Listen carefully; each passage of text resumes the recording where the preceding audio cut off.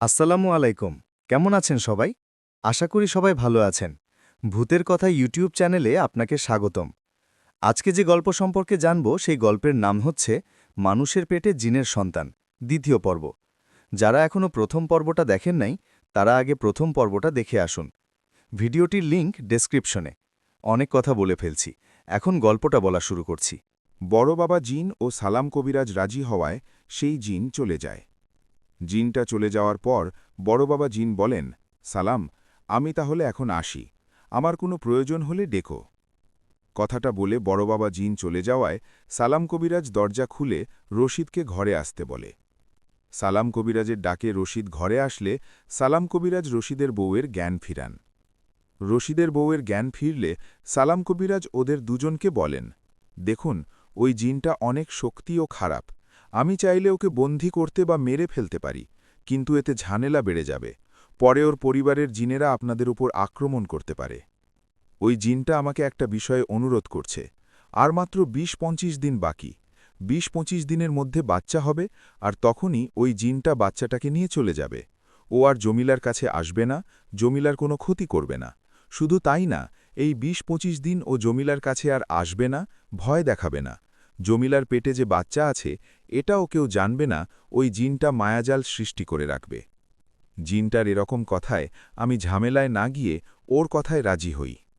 সালাম কবিরাজের কথায় রশিদ ও স্ত্রীর দিকে তাকিয়ে বলেন, কিন্তু এতে কোনো সমস্যা হবে না তো কবিরাজ সাব? তখন সালাম কবিরাজ মাথা নাড়িয়ে বললেন, আশা করি সমস্যা হবে না।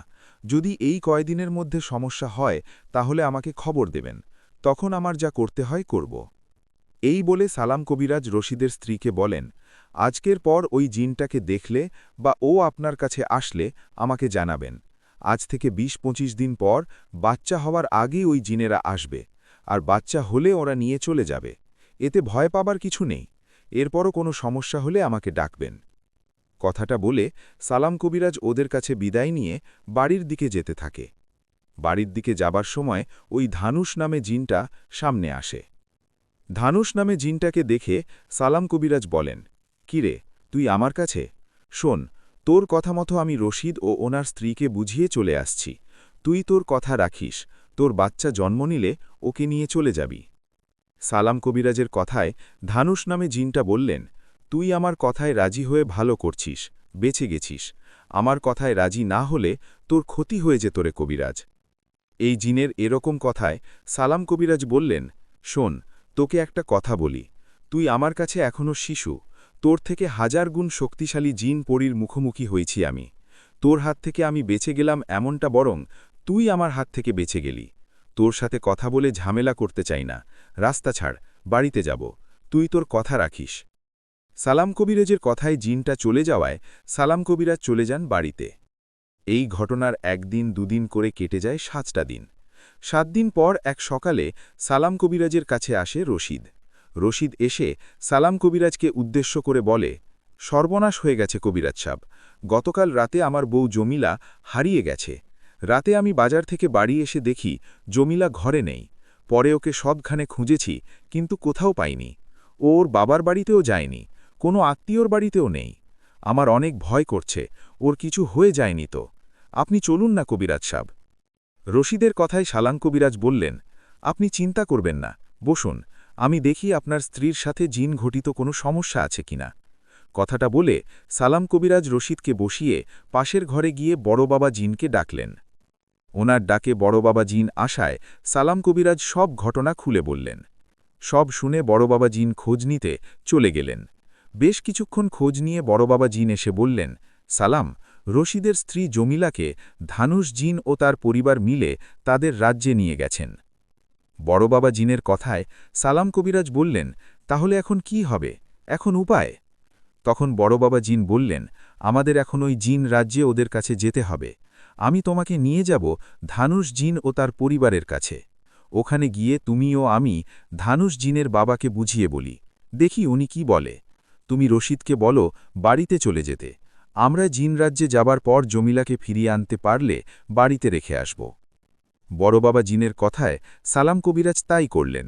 উনি রশিদকে বুঝিয়ে বলে বললেন, আপনি বাড়িতে যান, আমরা আপনার স্ত্রীকে ফিরিয়ে আনতে পারলে বাড়িতে রেখে আসব। সালাম কবিরাজের কথায় রশিদ বাড়িতে চলে গেলেন। সালাম কবিরাজকে নিয়ে বড় বাবা জিন চলে গেলেন জিন রাজ্যে ধানুষ জিনের প্রাসাদে। বড় বাবা জিন ও সালাম কবিরাজ ওখানে যাবার পর ধানুষ জিনের বাবার সাথে কথা বলতে যাবে, এমন সময় বড় বাবা জিন ও সালাম কবিরাজের ওপর আক্রমণ করে বসে ধানুষ জিন, ওর বাবা ও ওদের বন্ধু জিনেরা। আসলে ধানুষ জিন ও ওদের বন্ধু জিনেরা এতটা হিংস্র যে অন্য রাজ্যের কোনো জিন ওদের কাছে গেলেই ওরা আক্রমণ করে। তো ধানুষ জিন ওর বাবা ও ওদের বন্ধু জিনেরা মিলে সালাম কবিরাজ ও বড় বাবা জিনকে আঘাত করতে থাকে। আঘাত করতে করতে অনেক আহত করে ফেলে বড় বাবা জিন ও সালাম কবিরাজকে। তখন ধানুষ জিন সালাম কবিরাজের কাছে এসে বলেন, কিরে, তুই নাকি বড় কবিরাজ? আমি বা আমার পরিবারের কেউ নাকি তোর পশমও ছিঁড়তে পারব না। তোকে আজ জানে মারলাম না, আমাদের এই আঘাতের কথা যেন মনে থাকে। এই বলে ধানুষ সালাম কবিরাজকে আরেকটা আঘাত করায় সালাম কবিরাজ বেহুশ হয়ে যান। তখন ধানুষ জিন সালাম কবিরাজ ও বড় বাবা জিনকে নিয়ে এসে সালাম কবিরাজের বাড়ির সামনে ফেলে রেখে চলে যান। তখন বড় বাবা জিন বাতাসে মিশে যান। এদিকে বাড়ির সামনে রক্তাক্ত হয়ে বেহুশ হয়ে পড়ে থাকেন সালাম কবিরাজ। এদিকে আমি তখন বাড়ির বাইরে আমার ছেলে ইয়ামিনকে নিয়ে বসে আছি। এমন সময় সাব্বির নামে এই ভাই এসে বললেন, আরে নিষাদ, সালাম দাদুর জানি কি হয়েছে, উনি রক্তাক্ত হয়ে পড়ে আছে ওনার বাড়ির বাইরে। সালাম দাদুর এরকম কথা শুনে ইয়ামিনকে বাড়িতে রেখে এক দৌড়ে চলে গেলাম সালাম দাদুর কাছে। সেখানে গিয়ে দেখলাম ততক্ষণে দাদুর কাছে আশেপাশের অনেকে আসছে। আমি ওখানে গিয়ে ওদের বললাম ওনাকে হাসপাতালে নিতে হবে, আমাকে সাহায্য করুন। আমার কথায় কয়েকজন ধরে দাদুকে একটা রিকশায় উঠিয়ে দিলেন। তখন আমি সালাম দাদুকে নিয়ে চলে গেলাম হাসপাতালে। হাসপাতালে যাবার পর ডাক্তার দাদুকে দেখে ওনাদের যা করণীয় সব করে স্যালাইন লাগিয়ে শুইয়ে রাখলেন বেডে। তখন আমি সালাম দাদুর পাশে মন খারাপ করে বসে রইলাম। সালাম দাদুর যে কি হয়েছে সেটাই তো জানি না। ওনাকে কে এভাবে মারল জিজ্ঞেসও করতে পারছি না, কারণ দাদুর তখনও জ্ঞান ফেরেনি। আমি সালাম দাদুর কাছে বসেই আছি। এদিকে তখন আমার কাছে আসলেন আমার বউ আয়েশা পরী। আয়েশা পরীর বিষয়ে যারা নতুন গল্পটা পড়ছেন বা শুনছেন তারা জানেন না। আমি তাদের ছোট করে বলি, আমি নিষাদ, আয়েশা পরী আমার বউ। আয়েশা পরীর হাতে একটা চুড়ি আছে। এই চুড়ির শক্তি অনেক। আয়েশা পরীর এই চুড়ির জন্য ওর সাথে সাধারণ কোনো জিন পরী শক্তিতে পারে না। আয়েশা পরী, সালাম দাদু, বড় বাবা জিন সহ আরও অনেক জিন পরীর কাহিনী থাকবে। আমি সময় মতো সবার সাথে পরিচয় করিয়ে দিব, পড়তে বা শুনতে থাকুন। আমার বউ আয়েশা পরী ওখানে এসে সালাম দাদুর দিকে তাকিয়ে আমাকে বললেন, নিষাদ, কি হয়েছে সালাম দাদুর? আয়েশা পরীর কথার জবাবে মন খারাপ করে বললাম, তা তো জানি না আয়েশা। একজনের কাছে সালাম দাদুর অসুস্থতার কথা শুনে দৌড়ে ওনার কাছে এসে দেখি উনি রক্তাক্ত অবস্থায় বেহুশ হয়ে পড়ে আছে। এরপর ওনাকে হাসপাতালে নিয়ে গেলাম। এখনও ওনার হুঁশ ফেরেনি, তাই জানি না ওনাকে কে আঘাত করছে। আমার কথায় আয়েশা পরী বললেন, আচ্ছা, তুমি একটু অপেক্ষা করো, আমি খোঁজ নিয়ে দেখি আসলে ঘটনা কি। কথাটা বলে বাতাসে মিশে গেলেন আয়েশা পরী। আয়েশা চলে যাবার কিছুক্ষণ পর ফিরে এসে বললেন, নিষাদ, সালাম দাদুকে জিনেরা আঘাত করছে। এখানে জিন ঘটিত কোনো সমস্যা আছে। সালাম দাদু নিশ্চয়ই কোনো মানুষের জন্য জিনদের সাথে ঝামেলায় গেছে, পরে সেই জিনেরা আঘাত করছে সালাম দাদুকে। আমি বেশি গভীরে গিয়ে খোঁজ নেইনি, শুধু এটা জানতে গেছিলাম সালাম দাদুকে কোনো মানুষ আঘাত করছে নাকি কোনো জিন। নিষাদ, তুমি বললে সালাম দাদুকে যারা আঘাত করছে ওদের শাস্তি দিয়ে আসি। আয়েশার এরকম কথায় আমি বললাম, না, এখন না। সালাম দাদু এখনও অনেক অসুস্থ, ওনার এখনও হুঁশ ফেরেনি। উনি আগে হুঁশে আসুক, তারপর যা করার হয় করবা। আমার কথায় আয়েশা মাথা নাড়িয়ে বললেন, ঠিক আছে, তুমি সালাম দাদুর পাশে বসে থাকো, আমি জিন রাজ্যে গিয়ে বড় বাবা জিনকে দেখে আসি, কারণ সালাম দাদুর মতো বড় বাবা জিনও আহত হয়েছেন। কি বলো, বড় বাবা জিনও আহত হয়েছেন? তাহলে তো মনে বড়সড় ঝামেলা হয়েছে। আচ্ছা, তুমি যাও, বড় বাবা জিনকে দেখে আসো, আমি এখানেই আছি। বড় বাবা জিনকে দেখে বাড়িতে মা বাবাকে বলে এসো আমি হাসপাতালে, রাতে হয়তো বাড়িতে ফিরতে পারবো না, মা বাবা যেন চিন্তা না করে। আমার কথায় রাজি হয়ে চলে গেলেন আয়েশা পরী। এদিকে আমি সালাম দাদুর পাশে বসে। এভাবে বসে থাকতে থাকতে সেদিন মধ্যরাতের দিকে হুঁশ আসে সালাম দাদুর। ওনার হুঁশ আসায় উনি আমার দিকে তাকিয়ে বলেন, নিষাদ, আমি কোথায়? দাদুর কথায় আমি ওনার হাত ধরে বলি, দাদু, তোমাকে নিয়ে হাসপাতালে আসছি। তুমি হাসপাতালে আছো, চিন্তা করো না, তোমার চিকিৎসা চলছে, আল্লাহ চাইলে তাড়াতাড়ি সুস্থ হবা। আমার কথায় সালাম দাদু কিছু না বলে শুয়ে রইলেন। এদিকে তখন আয়েশা পরী আসলেন সেখানে। আয়েশা আশায় ওকে বললাম, আয়েশা, বড় বাবা জিনের কি খবর? বড় বাবা জিনের কথা শুনে সালাম দাদু বললেন, বড় বাবা জিন কোথায়, কেমন আছে? সালাম দাদুর কথায় আয়েশা দাদুর পাশে বসে বললেন, দাদু, আপনি চিন্তা করবেন না, বড় বাবা জিন মোটামুটি সুস্থ আছে। একজন ভালো জিন হেকিম চিকিৎসা করছে বড় বাবা জিনের। আশা করি কিছুদিনের মধ্যে সুস্থ হয়ে উঠবে উনি। আয়েশার কথায় সালাম দাদু চিন্তামুক্ত হয়ে শুয়ে রইলেন। এদিকে পরের দিন আমি ডাক্তারকে বলে সালাম দাদুকে নিয়ে গেলাম বাড়িতে। বাড়িতে যাবার পর দাদুকে কিছু খাওয়াই দিয়ে ঔষধ খাওয়াই দিলাম। দাদুকে ঔষধ খাওয়ানোর পর শুইয়ে দিয়ে বললাম, দাদু, এখন বলো তো কি হয়েছে, তোমারও বড় বাবা জিনের এরকম অবস্থা করল কে? আমার কথায় সালাম দাদু আমাকে ও আয়েশা পরীকে ধানুষ জিন ও তার পরিবারের বিষয়ে সব ঘটনা খুলে বললেন। সব শুনে আমি অবাক হয়ে বললাম, এটা তো একদমই ঠিক না। রশিদের স্ত্রী জমিলার পেটে জিনের বাচ্চা, ওটাকে তো বেড়ে উঠতে দেওয়া ঠিক হবে না।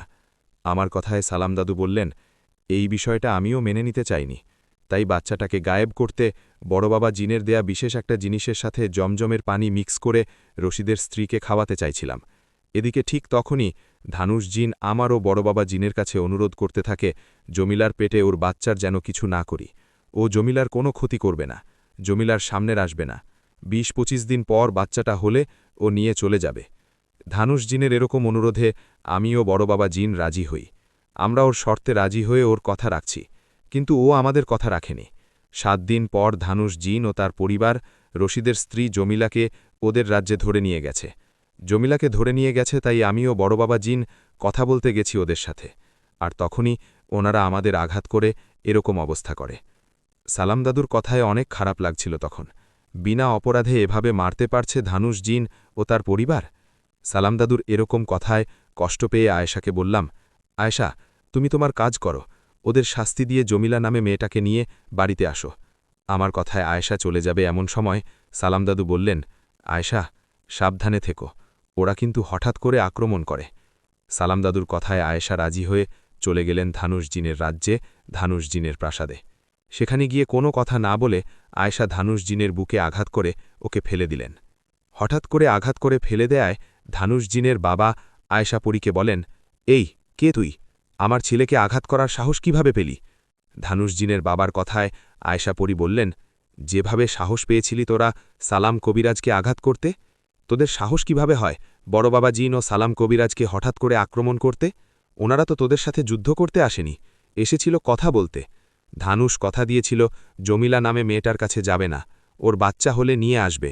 তাহলে জমিলাকে কেন আপনারা এখানে ধরে নিয়ে আসছেন? ওনার কথায় আয়েশা অবাক হয়ে বললেন, এটা করবে কেন? জমিলার স্ত্রী আছে, রশিদ ওর স্ত্রী। জমিলাকে আপনার ছেলে বিয়ে করেনি, বিয়ে না করে ওর উপর অনেক অত্যাচার করছে, কিন্তু এখন থেকে আর করতে পারবে না। জমিলা কোথায়? ওকে নিয়ে আয় আমার সামনে। আয়েশাপরীর কথায় ধানুষ জিন উঠে দাঁড়িয়ে বলল, আয়েশাপরী, তোর নিজের জীবন তো বিপদে, নিজের জীবন নিয়ে বেঁচে তো যায় এখান থেকে, তারপর জমিলার চিন্তা কর। ধানুষের কথায় আয়েশা মুশকি হেসে বলল, মহান আল্লাহর, যার যেখানে যেভাবে মৃত্যু লিখেছে সেভাবেই মৃত্যু হবে। তোকে যা বলি সেটাই কর, জমিলাকে আমার সামনে নিয়ে আয়। আয়েশার কথায় ধানুষ জিন আয়েশার কাছাকাছি এসে বলল, যদি না নিয়ে আসি তো কি করবি? কি করবি কথাটা বলতে না বলতে আয়েশা প্রচণ্ড জোরে ধানুষকে আঘাত করতে লাগলেন। ধানুষকে আঘাত করায় ওর বাবা রেগে গিয়ে বললেন, তোর এত বড় সাহস, আমার ছেলেকে আঘাত করিস? এই বলে ধানুষ জিনের বাবা তার বন্ধু জিনদের ডাকেন আর আয়েশার উপর ঝাঁপিয়ে পড়েন। ওনারা বড় বাবা জিন ও সালাম দাদুকে মেরেছে, এই রাগে আয়েশা পরী, ধানুষ জিন, ওর বাবা ও তার বন্ধু জিন সবাইকে একের পর এক আঘাত করতে লাগলেন। এভাবে বেশ আঘাত করতে করতে সবাইকে গুরুতর আহত করে আয়েশা পরী জমিলা নামে মেয়েটাকে নিয়ে সেখান থেকে সালাম দাদুর বাড়িতে চলে আসলেন। আয়েশা পরী জমিলাকে নিয়ে ফিরে আসায় আমি বললাম, আয়েশা, তুমি আসছ, তোমার কিছু হয়নি তো?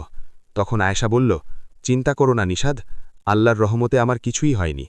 কথাটা বলে আয়েশা সালাম দাদুকে বললেন, দাদু, তুমি এখনই বড় বাবা জিনের দেয়া সেই জিনিসটা পানিতে মিক্স করে একে খাওয়াই দাও। আয়েশার কথায় সালাম দাদু তাই করলেন। বড় বাবা জিনের দেয়া সেই বিশেষ জিনিসটা পানিতে মিক্স করে সেটা জমিলাকে খাওয়াই দিলেন। জমিলাকে ওটা খাওয়ানোর পর জমিলা বললেন, আবার পেট কেমন ব্যথা করছে।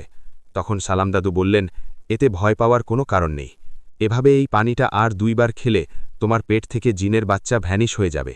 তোমাকে বাড়িতে রেখে আসতে হবে, কিন্তু আমি তো অসুস্থ, তোমার স্ত্রীকে খবর দিতে যেতে পারছি না। সালাম দাদুর এরকম কথায় আয়েশা বললেন, দাদু, আপনি চিন্তা করবেন না, আমি এক্ষুনি যাচ্ছি। আমি মানুষের রূপ নিয়ে ওর স্ত্রী রশিদের কাছে গিয়ে বলে আসি, সালাম কবিরাজ ওনার বাড়িতে আপনাকে যেতে বলল, জরুরি যেতে বলেছে, এক্ষুনি যান। কথাটা বলে আয়েশা সেখান থেকে আবারও আমাদের কাছে ফিরে আসে। আয়েশা ফিরে এসে বললেন, আমি খবর দিয়েছি, রশিদ নিশ্চয়ই বেরিয়ে পড়েছে, কিছুক্ষণের মধ্যে চলে আসবে হয়তো। আয়েশা পরীর এরকম কথায় সালাম দাদু বললেন, আয়েশা, তুমি জমিলাকে কিভাবে নিয়ে আসলা? ধানুষ জিন ও তার পরিবারের জিনেরা বাধা দিলেন না? সালাম দাদুর কথায় আয়েশা মুশকি হেসে বললেন, ওনারা আবার বাধা না দেয়? বাধা অবশ্যই দিয়েছে। আমার সাথে যুদ্ধ করতে আসছিল, মেরে সবাইকে আহত করে ফেলে আসছি। ওরা দ্বিতীয়বার আর আমার সাথে যুদ্ধ করার সাহস পাবে না।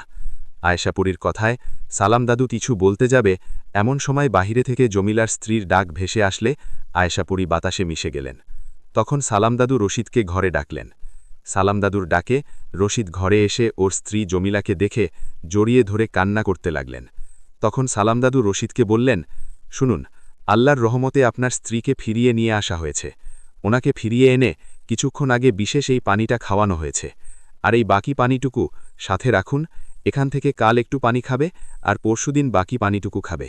এতে ওনার পেট থেকে ধানুষ জিনের সন্তান ভ্যানিশ হয়ে যাবে, সব আবার আগের মতো স্বাভাবিক হয়ে যাবে। সালাম দাদুর কথায় রশিদ পানির বোতলটা নিয়ে বললেন, আপনাকে যে কি বলে ধন্যবাদ দিব কবিরাজ সাহেব, সেটা বলে বোঝাতে পারব না। আচ্ছা, আমরা বাড়িতে যাবার পর ওই জিনটা যদি আবারও কোনো সমস্যা করে তখন? রশিদের কথায় সালাম দাদু বললেন, সেই সুযোগ আর ওরা পারবে না। আমি আপনাদের দুজনকে দুটো তাবিজ দিচ্ছি। এখানে শক্তিশালী কুরআনের আয়াত লেখা থাকবে। এই তাবিজ আপনাদের শরীরে থাকলে ওই জিনেরা দূর থেকে ভয় দেখাতে পারবে, কিন্তু আপনাদের স্পর্শ করতে, আঘাত করতে পারবে না। যদি ওনারা দূর থেকে এসে কোনো ঝামেলা করে তো সালামকে জানাবেন, কেমন? আর খেয়াল করে কাল ও পরশু পানিটুকু খাবেন। সালাম দাদুর কথায় তাবিজ দুটো ও পানি নিয়ে সেখান থেকে চলে গেলেন রশিদ ও তার স্ত্রী।